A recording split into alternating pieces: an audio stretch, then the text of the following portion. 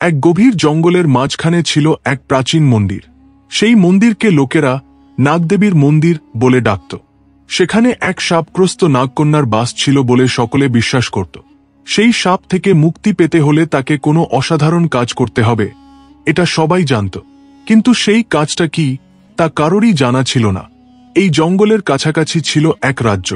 সেখানে বাস করত আর্জুন নামে এক রাজকুমার।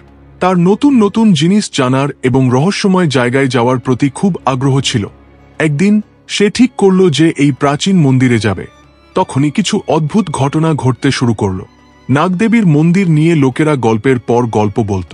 মন্দিরের রহস্যময় পরিবেশ আর সেখানে বাস করা সাপগ্রস্ত নাগকন্যার কথা আর্জুনের কৌতূহল জাগিয়ে তুলল। মন্দিরের রহস্য ভেদ করতেই হবে, এই সংকল্প নিয়ে সে ঘোড়ায় চড়ে জঙ্গলের দিকে রওনা দিল। মন্দিরে পৌঁছতেই তার মনে এক অজানা অদ্ভুত অনুভূতি জাগল। আর্জুন কি সেই নাগকন্যার সঙ্গে দেখা করেছিল? তার সাপমুক্তির জন্য কিছু করেছিল? তাদের দুজনের মধ্যে প্রেম কিভাবে ফুটে উঠল? এসব জানতে এই গল্পটি শেষ পর্যন্ত শুনুন। আমাদের চ্যানেলে যদি এখনও সাবস্ক্রাইব না করে থাকেন তাহলে এখনই সাবস্ক্রাইব করুন। আপনি যদি পরমশিবের ভক্ত হন তাহলে কমেন্ট সেকশনে ওম নমঃ শিবায় লিখতে ভুলবেন না। ঘোড়ায় চড়ে মন্দিরে পৌঁছে আর্জুন দেখল মন্দিরের সৌন্দর্য অপূর্ব, কিন্তু মন্দিরের ভেতরের পরিবেশ তার মনে এক অজানা অনুভূতি জাগাল। জনমানবহীন মন্দিরে যেন কেউ ঘোরাফেরা করছে এমন মনে হল। মন্দিরের দেওয়ালে খোদিত নাগদেবীর মূর্তিগুলো যেন জীবন্ত। হঠাৎ আর্জুনের কানে কারো ফিস ফিস শোনা গেল। তুমি এখানে আসা উচিত হয়নি, কে যেন তার কানে বলল। আর্জুন চারপাশে তাকাল, কিন্তু কাউকে দেখতে পেল না।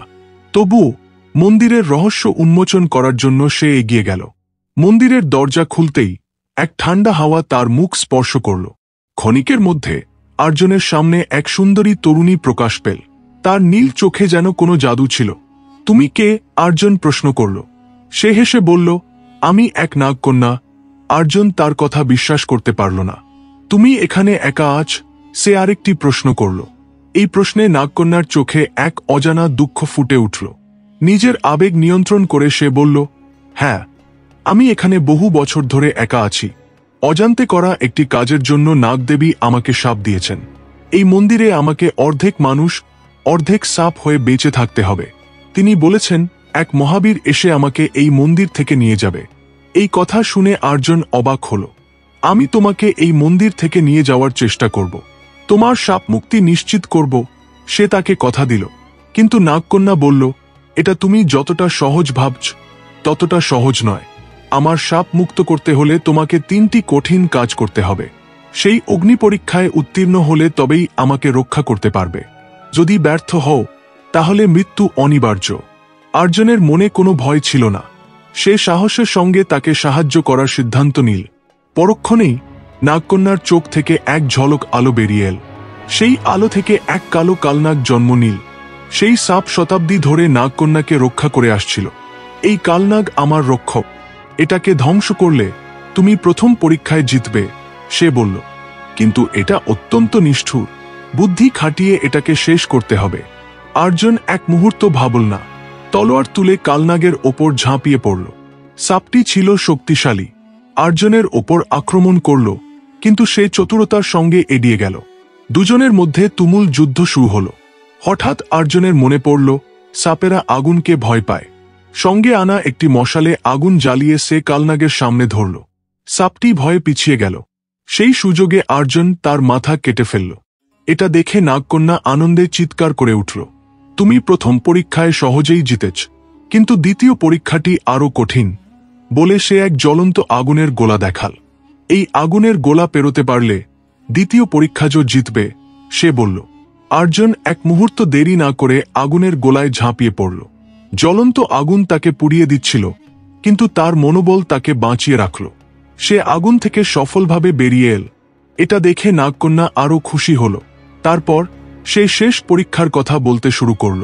মন্দিরে একটি মূর্তি আছে, তাকে স্পর্শ করতে হবে, কিন্তু যে তাকে স্পর্শ করে সে পাথর হয়ে যায়, সে বলল। আর্জুন মন্দিরের চারপাশে পাথরের মূর্তিগুলো দেখল। যারা মূর্তিটি স্পর্শ করেছিল তারা সবাই পাথর হয়ে গিয়েছিল। কিন্তু আর্জুন জানত, নিষ্কলঙ্ক মন নিয়ে নিঃস্বার্থভাবে সাহায্য করলে কোনো সাপ লাগে না। সাহসের সঙ্গে সে মূর্তিটি স্পর্শ করল। পরক্ষণেই মূর্তি থেকে আলোর ঝলক বেরিয়ে এল।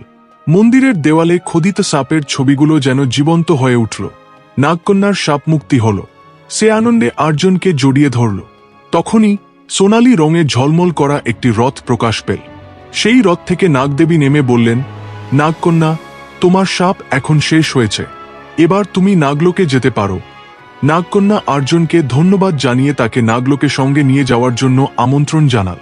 উৎসাহের সঙ্গে আর্জুন রাজি হল, কিন্তু নাগলোকে পৌঁছে দেখল সেখানকার পরিস্থিতি উদ্বেগজনক। সোনার দেওয়ালে ঘেরা সেই লোকে সব নাগ দুঃখে ডুবেছিল। নাগরাজ বাসুকি আর্জুনকে দেখে বললেন, তুমি আমাদের নাগকন্যাকে রক্ষা করেছ, তোমার সাহসের কথা আমিও শুনেছি, কিন্তু এখন আমাদের নাগলোকের ওপর এক মহা বিপদ এসেছে। এক রাক্ষস আমাদের লোক দখল করতে চাইছে, তাকে প্রতিরোধ করতে আমরা অক্ষম। আর্জুন এক মুহূর্ত দ্বিধা না করে বলল, কোনো চিন্তা করবেন না, দৃঢ় সংকল্প নিয়ে লড়াই করলে জয় আমাদেরই হবে। তখনই রাক্ষস নাগলোকের ওপর আক্রমণ শুরু করল। গোটা লোক কেঁপে উঠল। নাগকন্যার সৌন্দর্য দেখে রাক্ষস তাকে নিজের করে নিতে তাকে বন্দী করল। এটা দেখে আর্জুনের রাগ তুঙ্গে উঠল। সে তার আধ্যাত্মিক শক্তি জাগিয়ে তুলে হীরের মতো ঝলমলে তলোয়ার দিয়ে রাক্ষসের ওপর ঝাঁপিয়ে পড়ল। দুজনের মধ্যে দীর্ঘ যুদ্ধ হল। এই যুদ্ধে অনেক নাগকন্যা ও নাগ মারা গেল। আর্জুন যে নাগকন্যাকে শাপমুক্ত করেছিল, সেও গুরুতর আহত হয়ে জীবন মৃত্যু মধ্যে ঝুলতে লাগল। এটা দেখে আর্জুন ক্রোধে রাক্ষসের ওপর তেড়ে গেল। এক মুহূর্তে রাক্ষস মারা গেল, আর নাগলোক থেকে সেই ভয়াবহতা দূর হল। সব নাগ আনন্দে উৎসব শুরু করল, কিন্তু নাগকন্যার অবস্থা ক্রমশ খারাপ হতে লাগল। আর্জুন বাসুকির কাছে অনুরোধ করল, যেভাবেই হোক তাকে বাঁচাতে হবে। বাসুকি বললেন, নাগমণি দিয়ে তাকে বাঁচানো যায়, কিন্তু সে তার নাগজন্ম হারিয়ে সাধারণ নারী হয়ে যাবে। এরপর তাকে পৃথিবীতেই বাস করতে হবে, সে বেঁচে থাকলেই হল বলে আর্জুন নাগমণি দিয়ে তাকে বাঁচানোর জন্য বাসুকিকে বলল। নাগমণির শক্তিতে বাসুকি তাকে বাঁচিয়ে তুললেন, কিন্তু সে আর নাগকন্যা রইল না, সাধারণ মানবী হয়ে গেল। আর্জুন তাকে জিজ্ঞাসা করল, তুমি কি সারা জীবন আমার সঙ্গে থাকবে? তার জীবন বাঁচিয়ে নতুন জীবন দেওয়া আর্জুনের সঙ্গে সারা জীবন থাকতে প্রস্তুত বলে সে ভালোবাসার সঙ্গে বলল। এক মানুষ আর নাগকন্যার এই বিয়ে ইতিহাসে প্রথম। অনেক নাগ ও দেবতা এই বিয়েতে এসেছিলেন। প্রজন্মের পর প্রজন্ম ধরে তাদের এই প্রেমের গল্প কথা হয়ে রইল। আশা করি এই গল্প আপনাদের ভালো লেগেছে। আপনার মতামত কমেন্ট সেকশনে জানান। ভিডিও ভালো লাগলে লাইক করুন, শেয়ার করুন। আপনার বন্ধু ও পরিবারের সঙ্গে আমাদের চ্যানেল রেকমেন্ড করুন। ধন্যবাদ।